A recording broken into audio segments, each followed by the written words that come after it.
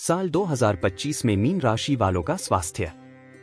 Mean राशि वालों, स्वास्थ्य के दृष्टिकोण से साल 2025 थोड़ा सा कमजोर नजर आ रहा है, इसलिए इस वर्ष स्वास्थ्य के प्रति पूरी तरह से जागरूक रहना और अपनी शारीरिक प्रकृति के अनुसार खानपान व आहार विहार अपनाना जरूरी रहेगा।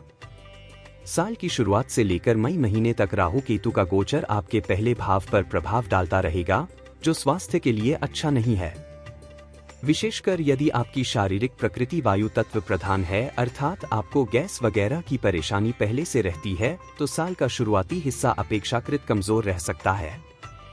वहीं मई महीने के बाद से राहु केतु का गोचर आपके प्रथम भाव से दूर हो जाएगा, अतः इस मामले में आपको राहत मिल सकती है। लेकिन मार्च से ही शनि का गोचर आपके पहले भाव में हो जाएगा और वर्ष पर्यंत यही बना रहेगा, जो स्वास्थ्य को बीच बीच में कमजोर करने का काम कर सकता है। आपके खानपान में भी असंतुलन देखने को मिल सकता है। आप स्वभाव से थोड़े से आलसी हो सकते हैं। फलस्वरूप आपकी फिटनेस में भी कमी देखने को मिल सकती है। इसके अलावा बाजुओं व कमर के आसपास तथा घुटनों आदि में कुछ तकलीफ भी देखने को मिल सकती है। मीन राशिफल 2025 के अनुसार यदि आप पहले से इस तरह के किसी समस्या से जुड़े हुए हैं, तो इस वर्ष आपको योग व्यायाम का सहारा लेना चाहिए और स्वयं को ऊर्जावान बनाए रखने के लिए कोशिशें करनी चाहिए। कहने का तात्पर्य यह कि साल स्वास्थ्य के मामले में थोड़ा सा कमजोर है, अतः जागरूक रहते हुए उचित खानपान और रहन सहन अपनाना जरूरी रहेगा। साल 2025 में मीन राशि वालों की शिक्षा। मीन राशिफल 2025 के अनुसार शिक्षा के दृष्टिकोण से साल 2025 मिले जुले परिणाम दे सकता है। आपके लग्न या राशि स्वामी बृहस्पति, जो उच्च शिक्षा के कारक भी होते हैं, साल की शुरुआत से लेकर मई महीने के मध्य भाग तक तीसरे भाव में रहेंगे, जो टूर एंड ट्रेवल्स आदि से जुड़े विषयों की शिक्षा लेने वाले विद्यार्थियों को कुछ हद तक अच्छे परिणाम दे सकता है। घर से दूर रहकर पढ़ाई करने वाले विद्यार्थियों को भी संतोषप्रद परिणाम मिल सकते हैं, लेकिन अन्य विद्यार्थियों का मन अपने सब्जेक्ट पर तुलनात्मक रूप से कम लग सकता है। हालांकि बुध ग्रह का गोचर बीच बीच में आपको सपोर्ट करता रहेगा, इस कारण से परिणाम संतोषप्रद बने रहेंगे। मई महीने के मध्य भाग के बाद बृहस्पति का गोचर आपके चौथे भाव में हो जाएगा, जहां से बृहस्पति अष्टम, दशम और द्वादश भाव को प्रभावित करेंगे। ऐसी स्थिति में शोध के विद्यार्थियों को बृहस्पति अच्छे परिणाम दे सकते हैं। व्यावसायिक शिक्षा प्राप्त करने वाले विद्यार्थी भी अच्छे परिणाम प्राप्त कर सकेंगे। घर से दूर रहकर या फिर विदेश में रहकर पढ़ाई करने वाले विद्यार्थी भी अच्छे परिणाम प्राप्त कर सकेंगे। अन्य विद्यार्थियों को बुध और बृहस्पति के संयुक्त प्रभाव से एवरेज या एवरेज से थोड़े से बेहतर परिणाम भी मिल सकते हैं। इन स्थितियों के अलावा आपके लग्न भाव पर राहु केतु और शनि के प्रभाव को देखते हुए हम यही कहेंगे कि शिक्षा की दृष्टिकोण से यह साल मिले जुले परिणाम दे सकता है। खूब मेहनत करने की स्थिति में परिणाम एवरेज से कुछ हद तक बेहतर भी रह सकते हैं। वहीं लापरवाही की स्थिति में परिणाम कमजोर भी रह सकते हैं। ऐसी स्थिति में अपने स्वास्थ्य का ख्याल रखते हुए अपने सब्जेक्ट पर फोकस करने की कोशिश करते हुए आप संतोषप्रद परिणाम प्राप्त कर सकेंगे। साल 2025 में मीन राशि वालों का व्यवसाय। मीन राशि वालों, व्यापार व्यवसाय के दृष्टिकोण से भी इस साल को हम मिलाजुला या एवरेज कह सकते हैं। हालांकि आपके सप्तम भाव के स्वामी और व्यापार के कारक ग्रह बुध आपको यथासंभव अनुकूल परिणाम देना चाहेंगे, यानी कि साल के अधिकांश समय आपके फेवर में रहेंगे। लेकिन दशम भाव के स्वामी बृहस्पति के गोचर को इस वर्ष बहुत अच्छा नहीं कहा जाएगा। मीन राशिफल 2025 के अनुसार शनि का गोचर भी सपोर्ट करता हुआ प्रतीत नहीं हो रहा है। इन सभी कारणों से इस वर्ष व्यापार व्यवसाय को जिस निष्ठा की जरूरत या जिस लगन की जरूरत रहती है, शायद आपकी तरफ से उतनी कोशिश न हो पाए, या फिर कुछ ऐसे कारण सामने आए जिनके कारण आप व्यापार व्यवसाय के लिए पूरा समय न निकल पाएं और वैसे परिणाम न प्राप्त कर सकें जैसे आप चाहते हैं। कहने का तात्पर्य यह कि साल 2025 में व्यापार व्यवसाय से संबंधित मामलों में परिणाम थोड़े से कमजोर रह सकते हैं। हालांकि मई महीने के मध्य भाग के बाद बृहस्पति दशम भाव को देखेंगे, जो आपकी मेहनत के अनुरूप आपके व्यापार व्यवसाय को तरक्की देना चाहेंगे। साल 2025 में मीन राशि वालों की नौकरी। मीन राशि वालों, नौकरी के दृष्टिकोण से यह साल एवरेज या एवरेज से बेहतर परिणाम भी दे सकता है। आपके छठे भाव के स्वामी ग्रह सूर्य पूरे साल में 4 से 5 महीने ही आपका फेवर करना चाहेंगे। वहीं मई के बाद छठे भाव में केतु का गोचर भी आपकी नौकरी में आपका समर्थन करेगा। अतः साल के पहले हिस्से में नौकरी को लेकर थोड़ा सा असंतोष रह सकता है, लेकिन साल का दूसरा हिस्सा नौकरी के दृष्टिकोण से अच्छा रह सकता है। हालांकि कार्यालय का माहौल थोड़ा सा बिगड़ा रहेगा। इंटरनल पॉलिटिक्स बीच बीच में मन को अप्रसन्न करेगी। मीन राशिफल 2025 के अनुसार कुछ सहकर्मियों का बर्ताव अजीबोगरीब रह सकता है। इन सब के बावजूद भी धैर्यपूर्वक काम करते रहना है, क्योंकि ऐसा करने की स्थिति में मई महीने के बाद से आपको अच्छे परिणाम मिलने शुरू हो जाएंगे।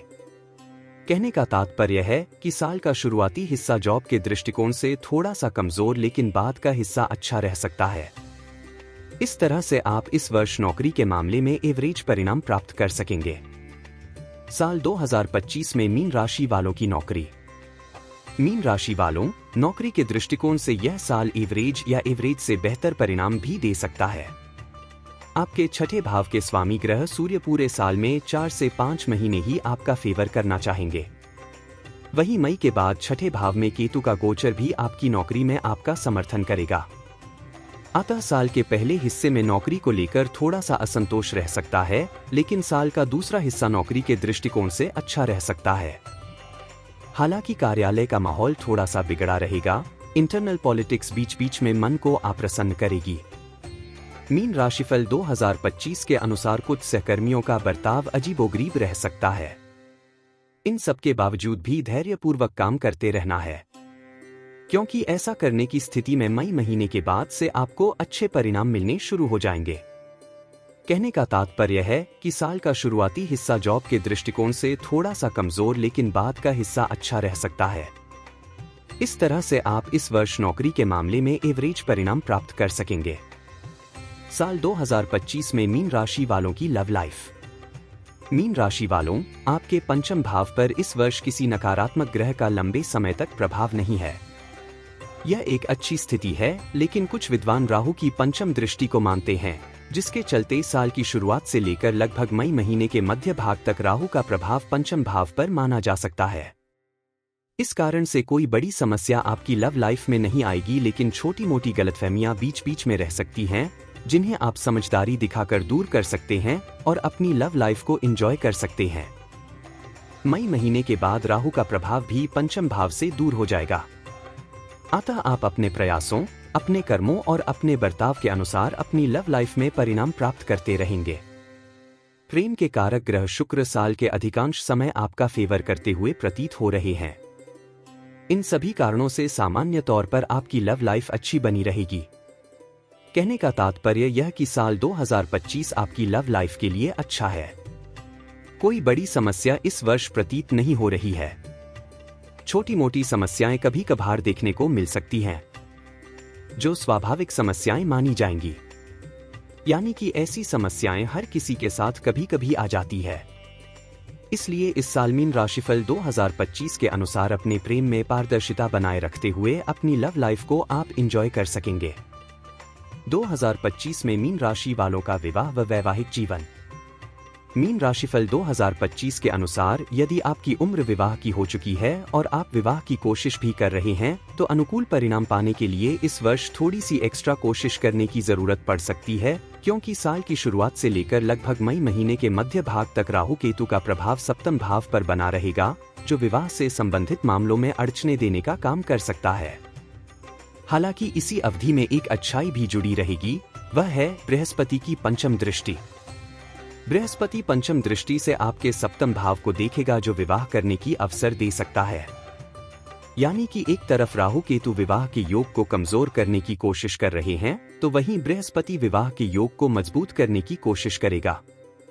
विवाह से संबंधित मामलों में बृहस्पति की ज्यादा चलेगी और विवाह के योग येन, केन, प्रकारेण बन जाएंगे। ऐसे में लगातार की गई कोशिश विवाह करवा सकती है। अर्थात साल का पहला हिस्सा विवाह से संबंधित मामलों के लिए कठिनाई भरा किंतु अनुकूल परिणाम देने का काम कर सकता है। बाद का समय शायद विवाह से संबंधित मामलों में बहुत अधिक सपोर्ट न कर पाए। वहीं वैवाहिक जीवन की बात की जाए तो इस मामले में इस वर्ष बहुत ही सावधानी पूर्वक निर्वाह करने की जरूरत रहेगी। साल के पहले हिस्से में राहु केतु का प्रभाव सप्तम भाव पर रहेगा।